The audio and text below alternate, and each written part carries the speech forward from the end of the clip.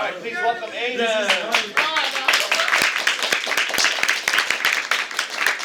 All right, for my explorations project, I decided to focus on restaurant commercials.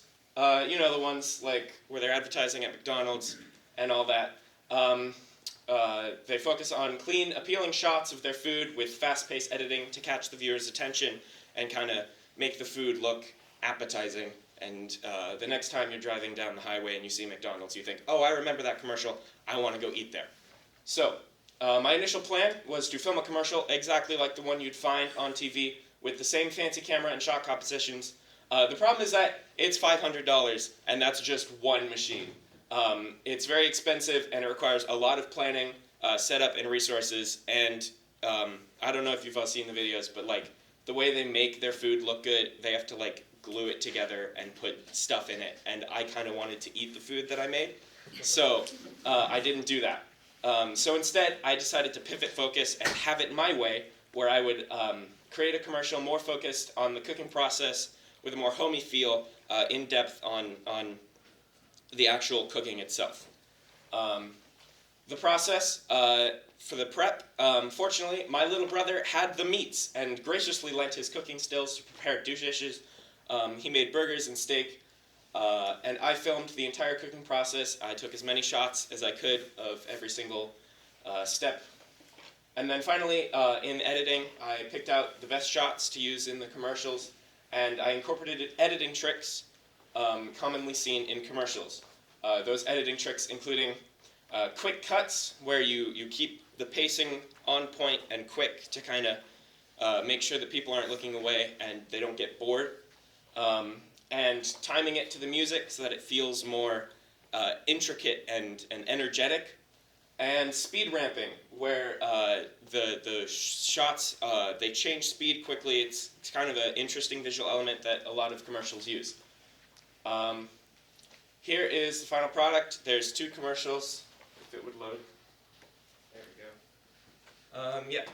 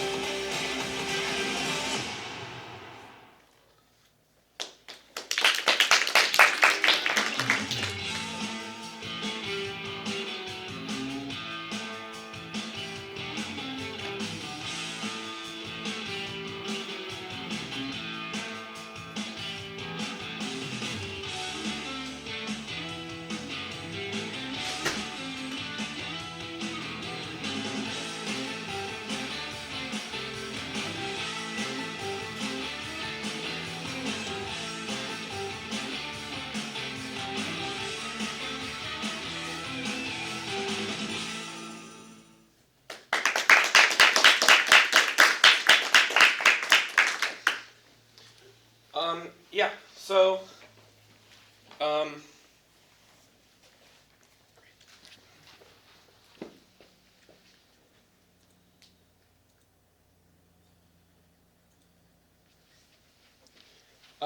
my reflection on this project, I really enjoyed it. I think the editing style worked and the food was delicious. Unfortunately, a lot of the shots were very blurry, as I'm sure you noticed. We were kind of having to like speed through the whole process because we were trying to cook at the same time as filming, so we didn't really get a lot of time to prepare for shots. I just kind of had to go for it. They were moving very quickly, and I had to try to keep up. And also the lighting and color don't really match the true commercials. I'm not really sure how they do it, but they like really make the food look extremely appetizing, and they color correct it very well, and I could not replicate that. If I had more time on this project, I would probably create some restaurant logos to kind of tie the whole thing together. Like at the end, I would add like a tagline or something. I would also add sound effects for the cooking. I'd add like sizzling of the grill, chopping of the onions, just kind of give it more of like a interesting audible element.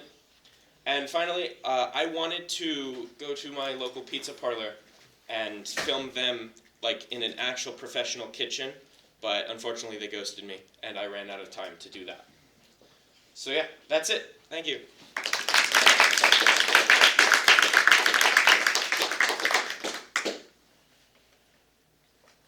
Yes? I know you said you just went for it because you didn't have time to plan the shots, but how did you do like any kind of coordination before you guys started shooting? Not really. I just kind of like let Zachary lead, and he told me like when he was about to do something interesting. He actually kind of like told me where to stand a bit, and he told me like what would be happening and what would be interesting where. So we just kind of like led through it. I let him lead, and it went pretty well. Yeah. Justin? Do you mind dropping the recipes? I'll reach out. I'll let him know. Tyler? I think you did a really good job of telling the story. Like I was locked in. Like if you ever had a like career in like YouTube or something like that, I think it would be good. Dina? I think it'd be cool to add some more like slow-mo effects and things like that. Yeah, I'd love to do that. I tried to do it on a lot of shots, but they didn't end up looking too good because of the frame rate, the decrease in frame rate when you slow down footage.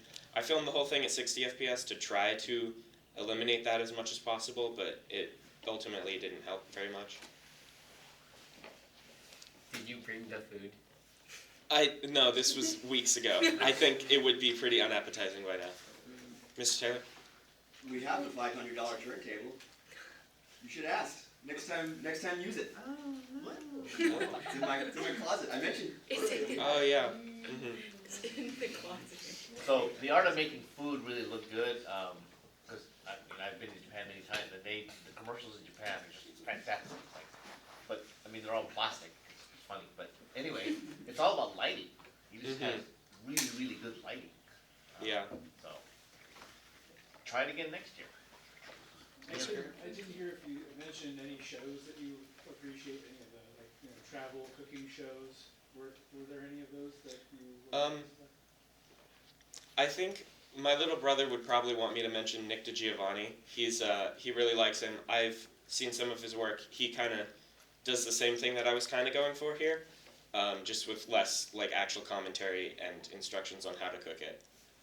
I always thought it'd be a really fun job to have to work on a crew that travels around and does filming of food and cooking. And, Parts Unknown by Anthony Bourdain is a great one, and then Somebody Feed Phil on Netflix. Just check that out sometime. There's a Japanese show called Midnight Diner. Check that one out. All right, thank you very much.